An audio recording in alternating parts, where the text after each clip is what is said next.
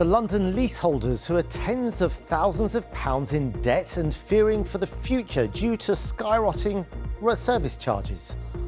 Every time I think of £20,000, I'm thinking, that's my pension. They're taking my life. They're ruining my life. Hundreds of people have contacted us about the issue. More on that in a moment. Also on the programme. As temperatures plummet, health bosses warn of a weekend of extreme pressure on emergency departments.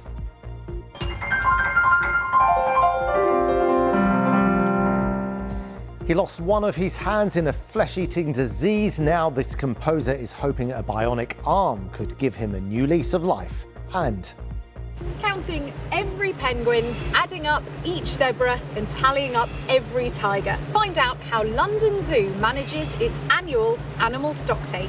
Good morning from BBC London. I'm Victoria Hollins.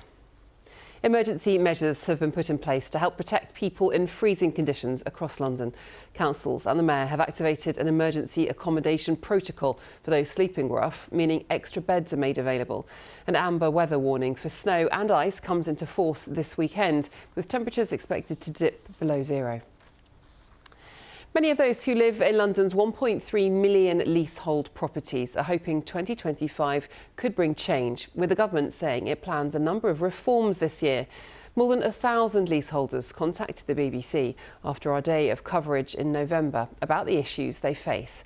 They've been telling us about a range of problems, from soaring service charges to unjust maintenance fees and bills for repairs they say haven't been carried out. We just got a bill yesterday which included £3,500 of maintenance. No breakdown of what that is. We are yet to see them do any maintenance on the property, but they just keep upping it. It was £2,500 in previous years, so it keeps going up for no apparent reason.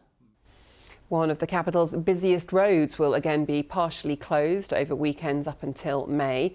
Essential safety work on the A40 Westway was paused in the run-up to Christmas. Work will now resume on the weekends and it'll only be closed in one direction at a time.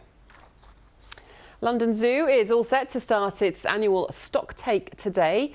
It can take up to a week to count every single one of the 10,000 mammals, birds, reptiles and invertebrates at the zoo. And it's a requirement of London Zoo's licence. The information is shared with other zoos around the world to help manage the conservation breeding programmes for endangered animals. The father of murdered 10-year-old Sarah Sharif has been attacked at Belmarsh Prison. Irfan Sharif reportedly suffered cuts to his face and received medical treatment inside the prison in Thamesmead. He was jailed for life with Sarah's stepmother, Bainish Batul. An investigation has begun. One of the capital's busiest roads will be partially closed again over weekends until May. Essential safety work on the A40 Westway was paused in the run-up to Christmas. Work will now resume at weekends, but will only be closed in one direction at a time. Royal Museum's Greenwich says if the skies are clear tonight and tomorrow, we could see one of the strongest and consistent meteor showers of the year this weekend. The Quadrantid meteors will shoot across the sky, and you can find out how to see it on the BBC Weather website.